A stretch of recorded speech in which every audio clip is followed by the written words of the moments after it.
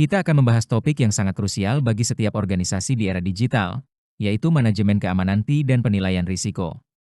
Di bab ini, kita tidak hanya bicara soal teknis seperti firewall atau enkripsi, tapi lebih ke bagaimana organisasi secara formal mengelola keamanan agar aset mereka tetap terlindungi secara efektif dan efisien dari sisi biaya. Tujuan kita hari ini ada beberapa poin penting. Pertama, Anda harus memahami proses formal dalam manajemen keamanan TI. Kita akan mendalami bagaimana menentukan tujuan dan kebijakan keamanan organisasi. Selain itu, kita akan membandingkan berbagai pendekatan penilaian risiko, mulai dari yang sederhana hingga yang sangat mendetail, dan terakhir, bagaimana kita memilih tindakan yang tepat untuk menangani risiko tersebut.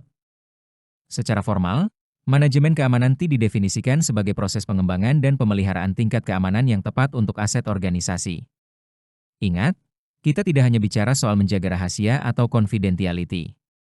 Kita juga harus menjaga integriti atau keutuhan data, availability agar sistem selalu siap saat dibutuhkan, serta aspek lain seperti akuntabilitas dan keaslian data.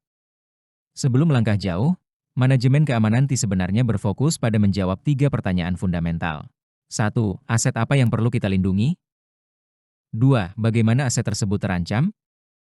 3. Apa yang bisa kita lakukan untuk menangkal ancaman itu?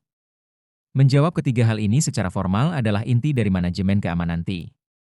Tujuannya sederhana, memastikan aset kritis terlindungi tanpa menghabiskan anggaran secara sia-sia. Manajemen keamanan bukanlah proyek sekali jadi, melainkan sebuah siklus yang terus berputar, yang sering kita sebut model PDCA sesuai standar ISO. Plan, kita menyusun kebijakan, menentukan tujuan, dan melakukan penilaian risiko. Do, kita mengimplementasikan rencana penanganan risiko tersebut. Cek, kita pantau terus, apakah kontrol yang dipasang sudah efektif? Act, jika ada insiden atau perubahan teknologi, kita lakukan perbaikan. Begitu seterusnya. Langkah pertama dalam siklus tadi adalah menentukan kebijakan. Kebijakan ini harus selaras dengan tujuan bisnis organisasi. Di sini kita menjawab, apa hasil yang ingin dicapai, bagaimana strateginya, dan apa yang harus dilakukan oleh setiap personel. Ingat, tanpa dukungan penuh dari manajemen senior, kebijakan ini hanya akan jadi tumpukan kertas tanpa implementasi yang nyata. Tidak semua organisasi punya sumber daya yang sama, karena itu ada 4 pendekatan penilaian risiko. Baseline, mengikuti praktik terbaik industri secara umum. Cepat, tapi mungkin kurang spesifik. Informal, berdasarkan keahlian pakar. Cepat dan murah, tapi bisa subjektif. Detailed risk analysis, penilaian formal yang sangat mendalam. Ini yang paling akurat tapi memakan banyak waktu dan biaya. Combinet, menggabungkan ketiganya. Ini sering dianggap yang paling hemat biaya bagi banyak organisasi. Mari kita bedah jika kita menggunakan analisis risiko mendalam.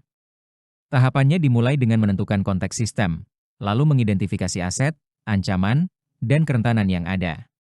Setelah itu, kita tentukan seberapa besar kemungkinan, likelihood, hal itu terjadi dan apa dampaknya, consequence, bagi organisasi. Gabungan dari kemungkinan dan dampak inilah yang memunculkan nilai risiko. Hasil analisis tadi biasanya dimasukkan ke dalam sebuah matriks. Risiko bisa dikategorikan dari insignifikan hingga catastrophic atau bahkan doomsday. Risiko yang masuk kategori ekstreme atau high wajib segera mendapatkan perhatian pimpinan dan rencana penanganan yang detail. Semua temuan ini dicatat dalam sebuah dokumen yang disebut Risk Register sebagai acuan manajemen. Setelah tahu risikonya, apa yang kita lakukan? Kita punya beberapa opsi. Kita bisa memitigasi risiko dengan memasang kontrol teknis. Kita bisa memindahkan risiko, misalnya lewat asuransi. Atau, jika risikonya sangat kecil dan biaya penanganannya lebih mahal dari dampaknya, kita bisa memilih untuk menerima risiko tersebut. Prioritas penanganan selalu dimulai dari risiko yang paling mengancam kelangsungan organisasi. Sebagai penutup, manajemen keamanan TI adalah tentang keseimbangan antara perlindungan dan biaya. Kita tidak bisa menghilangkan semua risiko, tapi kita bisa mengelolanya agar tetap di level yang dapat diterima. Dengan proses yang terstruktur, organisasi bisa lebih tenang menghadapi ancaman siber yang terus berkembang.